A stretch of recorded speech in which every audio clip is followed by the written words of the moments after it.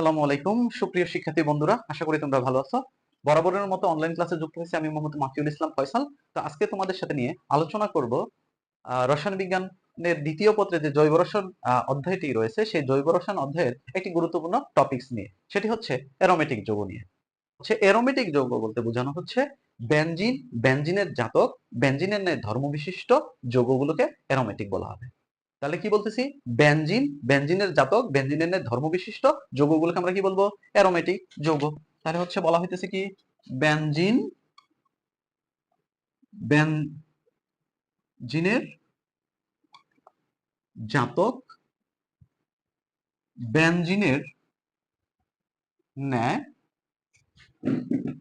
ধর্মবিশিষ্ট যৌগসমূহকে aromatic যৌগ বলা হয়। অ্যারোমেটিক যৌগ বলে। তো আমরা এদের কিছু এক্সাম্পল জানার চেষ্টা করি। প্রথম হচ্ছে বেনজিন বলাই আছে, এর নাম কি? বেনজিন। তারপরে আমরা লিখতেছি ফেনল। বেনজিনের উপরে কি থাকবে? ওএইচ থাকলে সেটার নাম হচ্ছে কি? ফেনল। তারপরে দেখো, আমরা পরের যৌগের নাম দেখব CH3, এর নাম হচ্ছে টোলুইন। তারপরেরটা দেখো হচ্ছে Cl, ক্লোরো বেনজিন। তারপরে হচ্ছে এর নাম NO2 নাইট্রো বেনজিন। ঠিক সেই রকম আরো কিছু যৌগ আছে, যেমন বেনজিন চক্রের উপর SO3H, বেনজিন সালফোনিক অ্যাসিড। তারপরে আমরা দেখব হচ্ছে আরেকটা যৌগ দেখি, সেটার নাম হচ্ছে ন্যাপথলিন।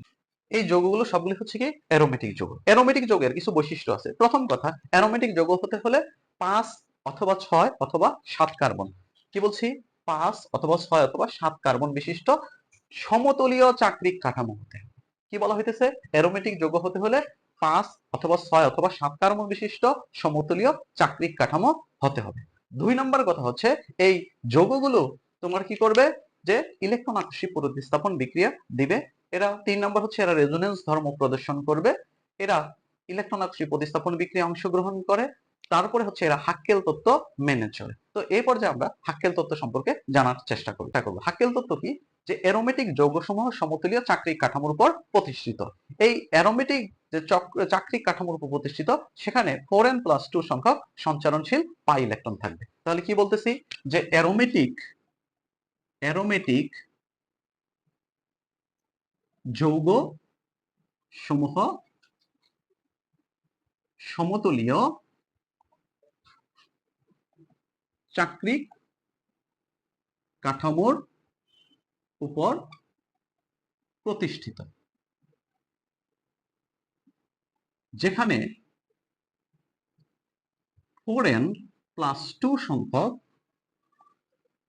4n+2 সংখ্যক সঞ্চারণশীল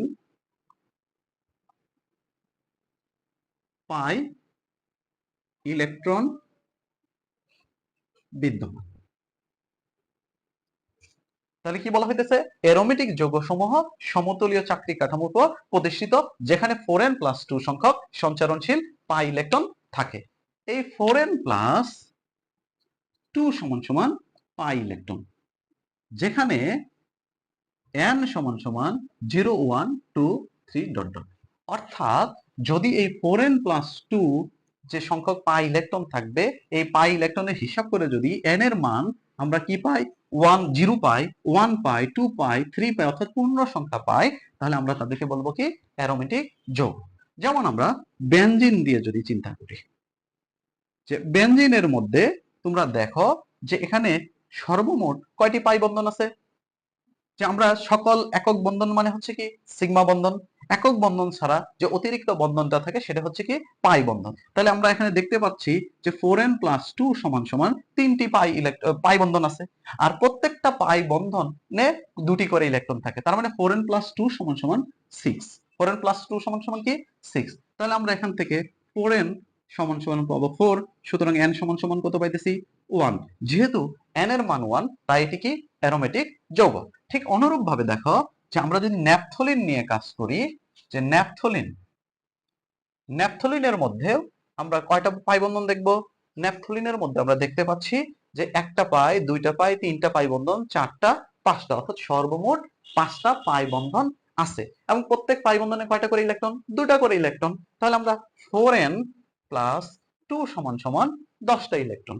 তাহলে আমরা এখানে n সমান সমান পাইতেছি কত? 4n সমান সমান 8। তাহলে আমরা n এর মান পাইলাম 2।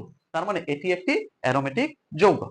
এবার যদি ধরো তোমাকে বলা হয় যে এই যৌগটি অ্যারোমেটিক নাকি নন অ্যারোমেটিক, যেমন আমরা এই যৌগটা দিয়ে যদি ব্যাখ্যা দিই, দেখো এখানে 4n+2 সমান সমান পাই বন্ধন আছে কয়টা? একটা, দুইটা। প্রত্যেকটা পাই বন্ধনে ইলেকট্রন থাকে কয়টা? দুইটা করে। তার মানে আমরা এখানে বলতে পারি 4টা ইলেকট্রন আছে। তাহলে আমরা এখান থেকে 4n সমান সমান লিখতে পারি 2। তাহলে আমরা লিখবো, সুতরাং n সমান সমান কত আসছে? 1/2।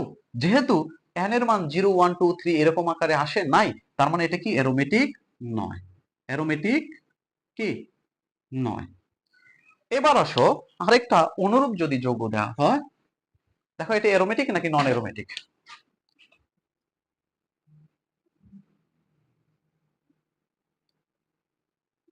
দেখো এখানে এটা প্লাস দেওয়া হয়েছে, তাহলে এখানে পাই বন্ধন কয়টা আছে? দুইটা পাই বন্ধন আছে।